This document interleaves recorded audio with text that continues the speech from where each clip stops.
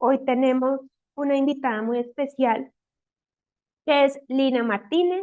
Lina estudió filosofía y literatura, realizó un máster en educación y desarrollo humano y es PhD en políticas públicas. Ha sido consultora del Banco Mundial y el Banco Interamericano de Desarrollo en políticas educativas en América Latina. Es profesora de la Universidad ICESI de las clases de felicidad y bienestar y análisis y evaluación de las políticas públicas y dirige Polis, el Observatorio de Políticas Públicas, donde se asesoran gobiernos y empresas en el diseño y evaluación de políticas públicas y sistema de evaluación para el bienestar de los individuos. Entonces, sin más preámbulos, Lina, bienvenida y te doy la palabra a ti. Buenos días a todos. Muchas gracias, María Paula, por la invitación. Qué bueno conocerlos. Me han hablado mucho de ustedes. Paula de Manizales, de la Fundación Instituto para el Liderazgo, me ha hablado mucho de este espacio y se me hace mucha ilusión. Tenía muchas ganas de conocerlos. Si no les importa, dejemos de compartir la pantalla y yo les, como para que nos veamos. Es que así no los veo, por lo menos a los que tienen la cámara prendida.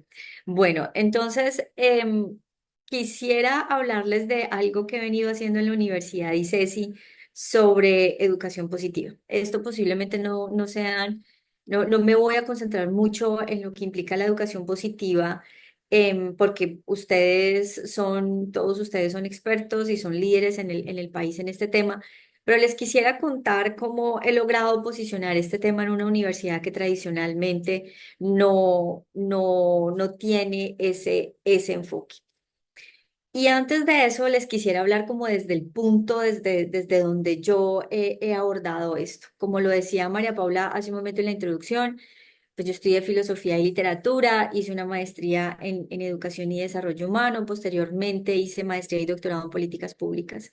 Y este rango de conocimientos me ha permitido ver diferentes espacios desde diferentes lugares. Y eso me gusta, porque me permite ver como una posición un poco más de generalista, más que de especialista en un tema en particular. Pero a lo que me he dedicado la mayor parte de mi vida profesional y mi vida profesional en el último tiempo ha sido a políticas públicas. Lo que estábamos viendo hace poco en la propuesta de AFSE que se ganaron del gobierno canadiense es en esa parte de incidencia. Uno cómo lleva un tema a las políticas públicas y cómo se abre una ventana de oportunidad en un gobierno, para que llegue un asunto a la agenda pública. Ese ha sido básicamente el tema en el que yo he trabajado y durante mucho tiempo lo hice lo hice en el sector educativo en América Latina cuando trabajaba en el Banco Mundial y en el BID. Hace 13 años yo regresé a Colombia y en ese momento me fui a la Universidad ICESI y llevaba hasta antes de la pandemia. Yo enseñaba mis clases de pregrado, enseñaba a mis estudiantes introducción a políticas públicas y evaluación de políticas públicas. Todos los esquemas de evaluación, hacer una evaluación de impacto o hacer un sistema de monitoreo de control o recolectar encuestas, bueno, todo esa parte es lo que hago, lo que me gusta y también mucho del centro de atención de lo que hacíamos en el observatorio. Y una de las investigaciones principales que hacemos en el observatorio, y tenemos una encuesta, es sobre bienestar subjetivo. Bienestar subjetivo es la categoría amplia de un concepto que utilizamos en políticas públicas, que básicamente es todo lo que está encaminado a mejorar la calidad de vida de los individuos más allá de las intervenciones tradicionales de reducción de pobreza. Y cuando uno evalúa bienestar subjetivo, uno también evalúa salud mental y también evalúa dimensiones emocionales como la felicidad, esos espacios emocionales tanto positivos como negativos de los individuos, y eso se hace a través de encuestas. Entonces llevo mucho tiempo con mi equipo midiendo bienestar subjetivo en Cali, midiendo felicidad. Eso era lo que hacía mi parte de investigación, pero mi parte de clases les enseñaba a los estudiantes, era de instrumentos de intervención de política pública. Cuando llegó la pandemia, y que si aquí hay gente que le tocó ese pedazo de la pandemia en algún rol en el sistema educativo, ustedes recordarán que nosotros estábamos de manera presencial y luego a la siguiente semana ya estábamos dando clases virtuales, dándolas o recibiéndolas. Bueno. Pues entonces cuando entré a la primera clase en ese momento de la pandemia, le pregunté a mis estudiantes que cómo se sentían. Así de sencillo, le digo, ¿cómo están? ¿Cómo se sienten? ¿Cómo están viviendo esto? Y la mayoría de mis estudiantes son estudiantes que están finalizando la carrera. Entonces imagínense que uno está terminando la carrera y le llegue la pandemia. Piensen en la conseguida de trabajo, en la práctica, en los intercambios académicos que ellos querían hacer. Entonces, estaban muy sobrecogidos por todo lo que estaban pasando, además de que algún miembro del hogar podía estar enfermo, de que el papá había perdido el trabajo. Bueno, en fin, mis estudiantes estaban mal. Y a mí me pareció completamente irrelevante seguirles hablando de políticas públicas. Entonces lo que hice fue empezarles a hablar de la investigación que yo hacía sobre bienestar subjetivo, muy desde políticas públicas, porque yo lo hago desde el gobierno y pensando por qué como sociedad nos interesaría que la gente fuera más feliz, porque hay una correlación altísima entre bienestar individual, florecimiento y crecimiento económico. Así de sencillo, cuando uno mira los países más felices del mundo son los países escandinavos, que son sociedades altamente seguras, con estados de protección muy sólidas, con instituciones fuertes, con libertades civiles. Entonces, es como, esto no se consigue gratis, esto también es una parte de trabajar el capital humano más allá de aumentar niveles educativos y proveer acceso a sistemas de salud. Es también permitir el florecimiento de los individuos. Entonces empecé a hacer una clase. Bueno, hice ese semestre, yo les hablé, fue de mi investigación, y en el segundo semestre de la pandemia lo que hice fue que propuse en la universidad, les dije, yo quiero dar una clase de felicidad y de bienestar. No sé si ustedes recuerdan, pero durante la pandemia se hicieron abiertas las clases de Yale, de Harvard, de Penn, en educación positiva, en psicología positiva y en felicidad. ¿Recuerdan eso? Bueno, pues yo me las vi todas, o todas las que tenía rastreadas y que estaban abiertas, pagas o no pagas. Y a partir de eso creé un currículo adaptado a nuestras necesidades, porque realmente no, los contenidos no son los mismos para un estudiante que está en educación en un país desarrollado versus Colombia. Y segundo, algo que yo pudiera contar, porque yo no soy psicóloga, no soy psiquiatra, yo soy filósofa con conocimiento de problemas públicos. Entonces, también algo en lo que yo me sintiera cómoda y competente en términos de contenidos. Entonces, así creé una clase que se llama Felicidad y Bienestar. A mí me dijeron, necesitas 14 estudiantes para que la clase se abra. La clase, doy 2 clases cada semestre, la mayor parte del tiempo llenas. Y el año entrante, la clase va a dejar de ser electiva para convertirse en una clase obligatoria en la malla curricular de toda la universidad. Entonces, en un tiempo relativamente cercano, en unos 3 4 años, van a haber alrededor de 7.000 estudiantes tomando esta clase. Entonces, ahora estoy en el proceso de la capacitación a los profesores porque esto empieza el año entrante y ha sido una experiencia fantástica. Entonces, en mi grado de hablar de gobierno, bueno, yo sigo trabajando muy, muy de cerca en la parte gubernamental y en la parte de incidencia de política pública, porque si no lo hacemos, estas conversaciones que tenemos acá no salen de acá. Nosotros, estas conversaciones que tenemos de llevar la educación socioemocional tienen que tener una caja de resonancia más amplia, la cual nuestra investigación y los esfuerzos que nosotros hagamos ayudan, pero si no involucramos la agenda pública, que es la única que tiene el músculo de escalar los esfuerzos que nosotros hacemos, es muy difícil ver en la práctica esto implementado. Celebro, me parece fantástico lo que están haciendo con el grande Bing. Me ofrezco a colaborar en la capacidad en la que pueda porque buena parte de mi investigación también está concentrada en salud mental. Que uno ve como que yo investigo felicidad, entonces es solamente la dimensión positiva. No, es también felicidad. El otro lado de esto es salud mental. Entonces, hoy desde este espacio estoy hablando de educación positiva, teniendo esta experiencia y les quisiera contar un poco de cómo ha sido esta trayectoria. Pero antes de llegar allá, yo tengo una presentación, cita muy corta No sé si tengan alguna duda, si vamos claros hasta ahora, si he sido lo suficientemente engaging como para que me sigan en el discurso o si hay algo que quisieran que acotara.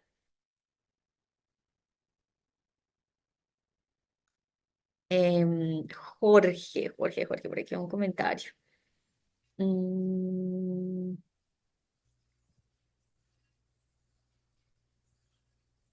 qué bien. Si quieres ahí les comparto. No, para mí te estoy entendiendo porque obviamente yo soy una empresa de impacto B, lidero una empresa que tiene certificación internacional como empresa B porque impactamos el ODS 3, el ODS 4 y el ODS 17.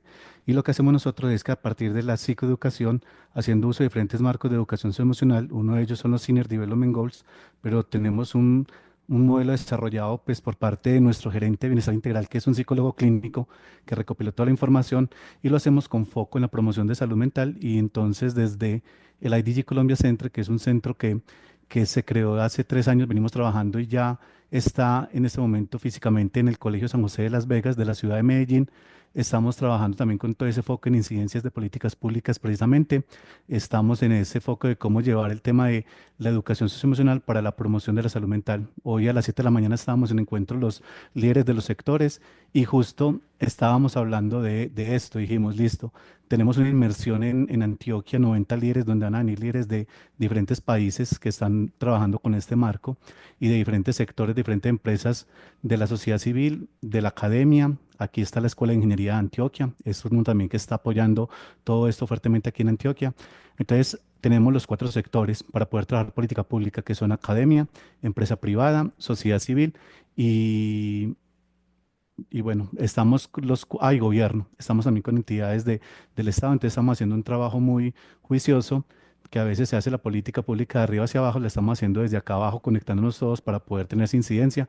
Entonces voy muy conectado allí con todo lo que dices, porque es el foco de lo que trabajamos con de niño desde hace 8 años. Entonces, ahí también, como tú lo dices, también dispuesto a aportar con AppSec por todo eso. De hecho, igual, ahorita voy a recomendar al centro de cómo también que se afilie el centro a esta parte, porque obviamente hay mucho trabajo que estamos haciendo acá y ya con impacto de hecho, en la inmersión hay 4 centros o hay 3 centros oficiales en Latinoamérica, Perú, Costa Rica y Colombia. Entonces vamos a estar los líderes de esos sectores y todos estamos hablando con foco en incidencia de política pública. Ok, vale, gracias Jorge. Voy a ir a la presentación rápidamente porque sé que no tenemos mucho tiempo y voy a intentar no detenerme en cosas que posiblemente ustedes ya conocen. Yo cuando estaba pensando en esta presentación que les quería hacer, les quería pues hablar como de educación positiva en la educación superior. Y básicamente, pues creo que aquí sabemos todo lo que promociona la educación positiva, entonces este pedazo lo voy a saltar. Pero sí me quisiera concentrar acá un momento. Las últimas evaluaciones que pueden estar disponibles alrededor del 2018-2019, y yo sé pues que esto cambia de año a año, mostraba que la educación positiva todavía era un tema muy nuevo en América Latina. Evaluados, sabemos de México con 70 escuelas, en Perú con 649 escuelas, en Bután, que tiene todo el sistema educativo centrado a través de educación positiva. También hay ejemplos en India. Y cada año, en cada momento van apareciendo nuevas estrategias, pero nosotros como región tenemos bastante rezago, lo cual es preocupante porque nosotros vivimos en una región que es muy violenta. En Cali, por ejemplo, pueden haber homicidios alrededor de la magnitud de 2.400 homicidios cada año, que eso es un montón. Y la segunda categoría de homicidios son riñas. Y las riñas son básicamente una gestión negativa, una emoción negativa mal gestionada. No tuviste el suficiente cuidado, pusiste los bafles demasiado duros y me incomodan, y eso básicamente genera un homicidio. Entonces yo creo que en una región tan violenta como la que nosotros vivimos, hacerle apuestas a educación positiva también va a tener unos réditos significativos, no solamente en el crecimiento individual de los individuos, sino también en una parte más colectiva. Posiblemente ustedes lo conozcan, el curso más famoso que hay en el mundo de educación positiva, al menos en educación superior, es un curso que dicta Laurie Santos en Yale, que se llama La ciencia del bienestar. La evaluación de esta clase esto está abierto en Coursera y como lo pueden ver ahí ha tenido más de 4 millones, casi 5 millones de estudiantes.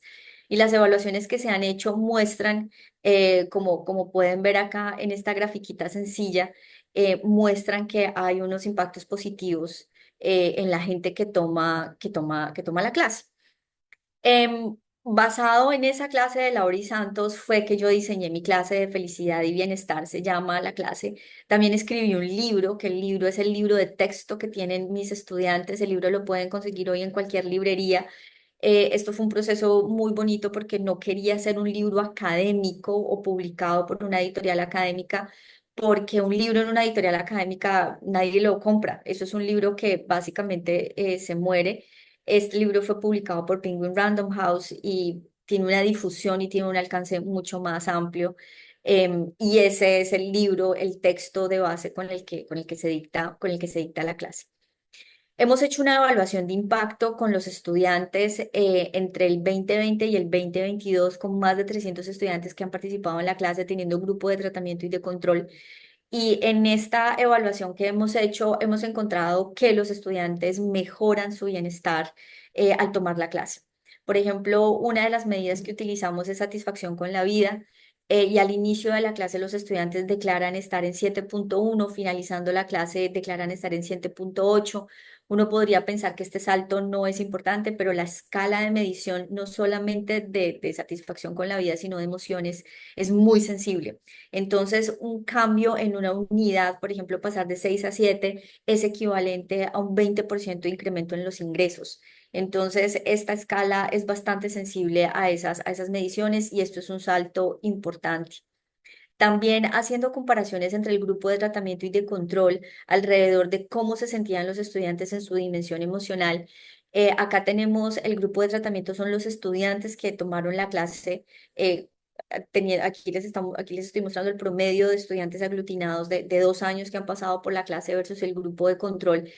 Y en todos las diferencias son estadísticamente significativas. Los estudiantes que toman la clase mejoran en sus dimensiones positivas, em, se sienten más felices y también tienen una menor prevalencia en estar preocupados, deprimidos, ansiosos o estresados.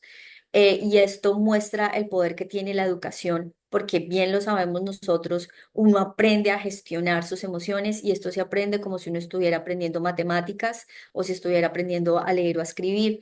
Y esto es una de las dimensiones en las que nosotros estamos muy, muy quedados como sistema educativo.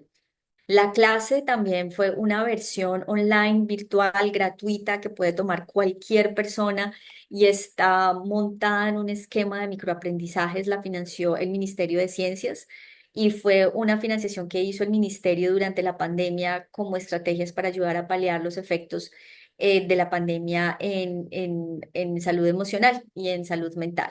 Entonces, acá les dejo el QR por si quisieran verla y compartirla. Cualquier persona lo puede ver, no se tienen que inscribir, no les va a llegar ninguna publicidad y simplemente es un playlist de videos muy corticos donde las personas, lo que les digo es, van a ser 5 o 10 minutos, porque eso dura cada video, son 5 o 10 minutos, donde no vas a estar en redes sociales, donde vas a tener un consumo consciente de otro tipo de cosas.